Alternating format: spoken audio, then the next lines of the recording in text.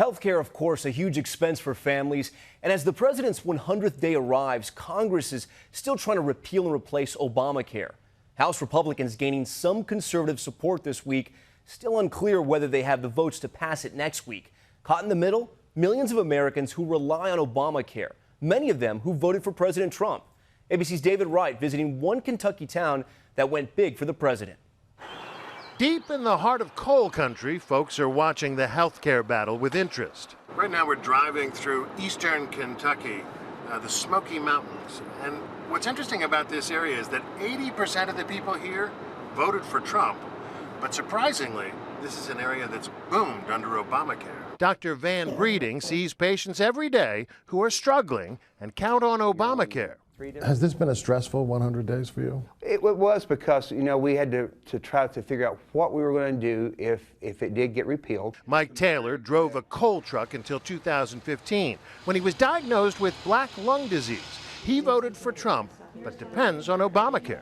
Hey, if it wasn't for the health care, I couldn't. You couldn't what? Well, you choose between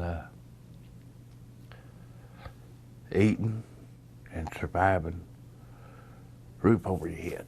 His wife, Robin Taylor, has been through the ringer too. Well, let me tell you something.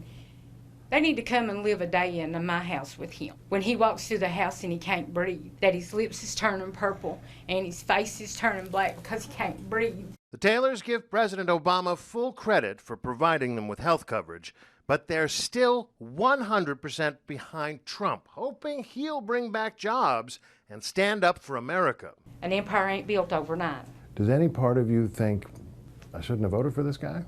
No, I'd vote for him again. We tagged along as the Taylors went to fill their prescriptions.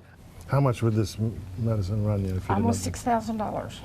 $6,000 just for the medicine? Yeah. But that's not what the receipt says, thanks to Obamacare. David Wright, ABC News, Whitesburg, Kentucky.